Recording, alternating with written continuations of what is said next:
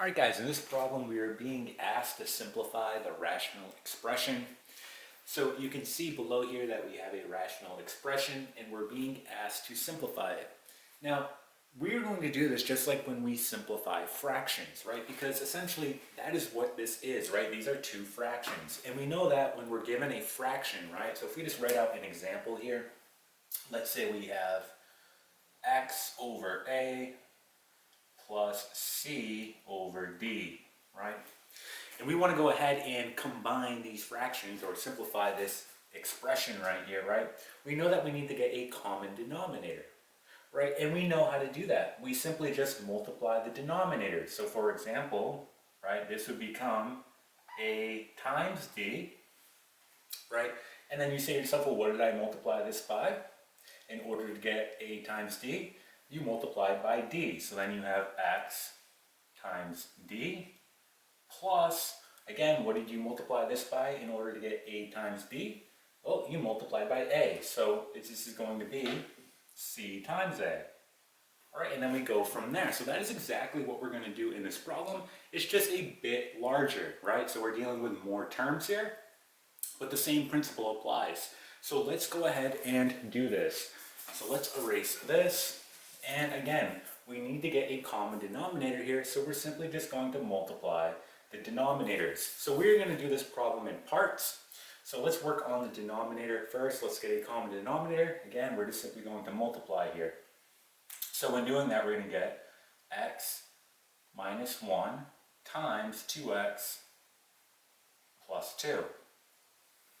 Okay? And we want to go ahead and just expand this out, right? So let's go ahead and do that. So we're going to do FOIL here. So we're going to do x times 2x. We're going to get 2x squared. Then we're going to do x times 2. We're going to get plus 2x.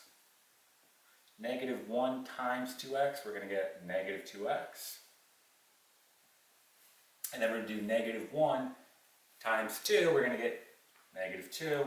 And we can see here that, well, a positive 2x and a negative 2x simply cancel out, right? And here we're going to be left with 2x squared minus 2. Okay, so that's what we're going to have on our denominator. So why don't we go ahead and just record that. So we're going to have 2x squared minus 2.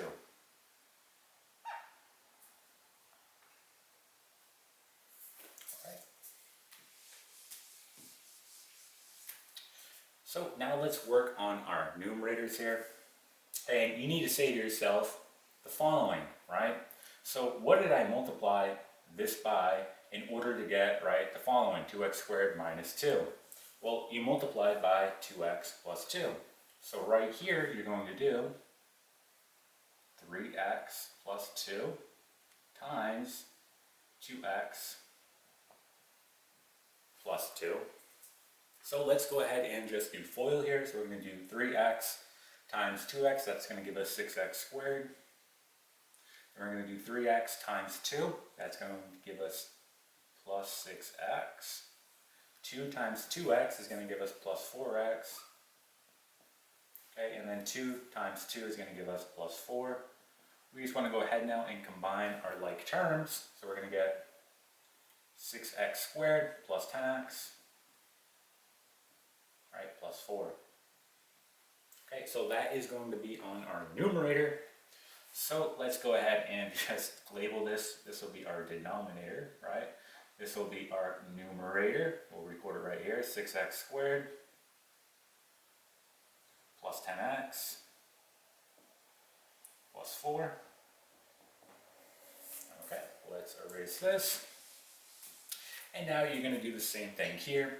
You're going to say, what did I multiply this by in order to get 2x squared minus 2? Well, you multiplied by x minus 1, right?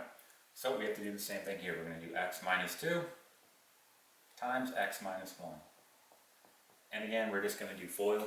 So x times x is going to give us x squared. X times a negative 1, negative x. Negative 2 times x, negative 2x. And then negative 2 times a negative 1 will give us positive 2. Again, we want to combine our like terms here. So x squared minus 3x, and then plus 2. Okay, so this is also going to be on our numerator.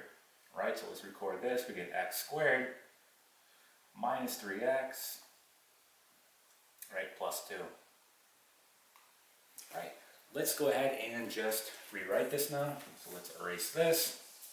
We're going to have the following. So let's write the numerator. We're going to have 6x squared plus 10x plus 4, and now plus, right, x squared minus 3x plus 2, and this is going to be all over 2x squared minus 2. So now we're just going to go ahead and combine our like terms on the numerator. So let's go ahead and do that. So we have a 6x squared plus an x squared. That's going to give us 7x squared.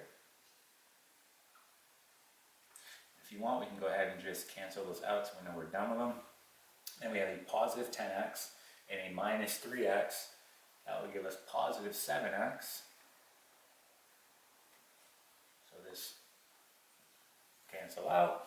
And then a positive 4 and a positive 2. That will give us plus 6. And then we're just going to write our denominator here, 2x squared minus 2. Okay, so this here is going to be your final simplified answer. Okay, and that is it.